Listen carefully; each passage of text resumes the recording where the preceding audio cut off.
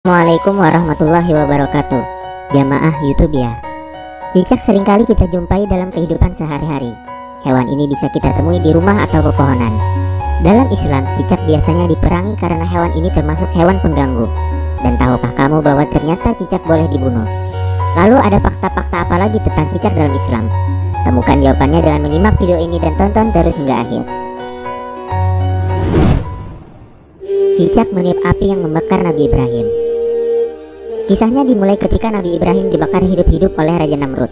Diceritakan pada saat itu ada dua hewan yang berperan pada kejadian tersebut, yakni semut dan cicak. Dalam cerita itu, semut dengan susah payah memadamkan api dengan membawa air di mulutnya. Kemudian seekor burung berkata mewakili keheranan semua binatang yang menyaksikan peristiwa tersebut. Tidak mungkin setetes air liur yang ada di mulutmu mampu memadamkan kobaran api yang sangat besar itu, sahut si burung. Namun kemudian semut menjawab, memang air ini tidak akan bisa memadamkan api itu, tapi ini kulakukan, paling tidak semua akan melihat bahwa aku pihak yang mana. Di sisi lain, cicak ikut meniup api yang dibuat oleh Raja Namrud agar semakin membesar. Memang tiupan cicak tidak seberapa, tapi dengan apa yang dilakukannya semua tahu cicak ada di pihak yang mana. Al-Munawi dalam kitab Faidul Qadir mengatakan Allah Subhanahu wa Ta'ala memerintahkan untuk membunuh cicak karena cicak memiliki sifat tercela. Sementara dulu dia meniup api yang membakar Nabi Ibrahim sehingga api itu menjadi besar.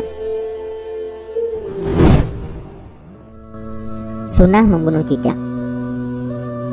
Imam Nawawi dalam kitab Syarah Sahih Muslim menyebutkan bahwa cicak digolongkan hewan yang fasik karena ia merupakan hewan yang memberikan dampak mudarat dan mengganggu manusia. Beberapa hadis bahkan sangat menganjurkan umat muslim untuk membunuh cicak.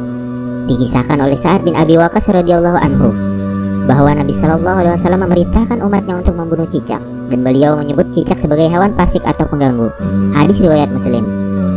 Berlanjut dari hadis tersebut, Ibnu Majah meriwayatkan sebuah hadis yang mengisahkan bahwa ia bertemu dengan Aisyah dan melihat di rumahnya terdapat sebuah tombak yang tergeletak. Dia pun bertanya kepada Aisyah, "Wahai ibu kaum mukminin, apa yang kau lakukan dengan tombak ini?" Aisyah menjawab, "Kami baru saja membunuh cicak-cicak. Sesungguhnya Nabi Shallallahu alaihi wasallam pernah memberitahu kami bahwa tak kala Nabi Ibrahim alaihissalam dilemparkan ke dalam api, tak satu pun binatang di bumi ini saat itu kecuali dia akan memadamkannya, kecuali cicak yang meniupkan apinya. Maka Rasulullah Shallallahu alaihi wasallam memerintahkan untuk membunuhnya." Hadis riwayat Ibnu Majah. Cicak dapat menyebabkan kusta. Kusta merupakan suatu penyakit yang biasa menyerang kulit. Penyakit ini bisa menyebabkan kecacatan, namun ternyata cicak dapat menyebabkan penyakit tersebut. Badruddin Al-Aini di kitab Umadatul Qori menjelaskan bahwa hewan ini dapat menyebabkan kusta. Sebagaimana dijelaskan dalam kitab tersebut, sebagian ahli hikmah menuturkan sesungguhnya cicak atau tokek bisa menyebabkan tuli dan penyakit kusta. Cicak tidak bisa masuk rumah yang di dalamnya ada minyak za'faran. Dia bisa menguning dan memutih. Dituturkan untuk cicak berukuran besar bisa meracuni dan membuat kulit kusta dengan cara masuk ke dalam wadahnya. Kemudian manusia mengambilnya, maka hukumnya makruh. Apabila menemukan garam, maka akan membuat lubang di dalamnya dan menjadikan zat untuk menghasilkan kusta sampai tidak keluar 4 bulan dan tidak makan apapun seperti ular. Kotoran cicak menyebabkan sakit perut. Cicak yang berkeliaran di langit-langit rumah terkadang membuang kotoran sembarangan, bisa jatuh ke lantai mengenai badan atau bahkan jatuh pada makanan. Dilansir dari halussehat.com, kotoran cicak mengandung bakteri E. coli yang menyebabkan sakit perut apabila masuk ke dalam tubuh. Pahala membunuh cicak. Sunnah adalah perkara yang tidak wajib dilakukan, namun mendapatkan kebaikan jika dilakukan. Dalam membunuh cicak sudah tentu akan ada kebaikan yang menyertainya. Mengenai hal ini, Nabi Shallallahu alaihi wasallam menjelaskan perihal pahala yang akan didapatkan dengan mengamalkan anjurannya.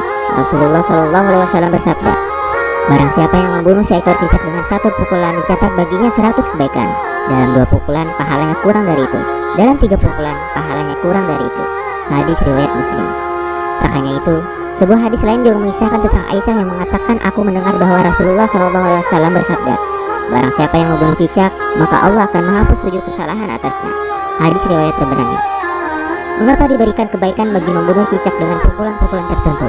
Imam An-Nawawi dalam kitab Al-Minhaj Syarah Sahih Muslim menjelaskan bahwa anjuran membunuh cicak dalam hadis itu karena ia dapat menularkan penyakit. Membunuh hewan ini dengan pukulan tertentu karena semakin cepat dibunuh maka akan semakin membuat diri kita aman dari penyakit.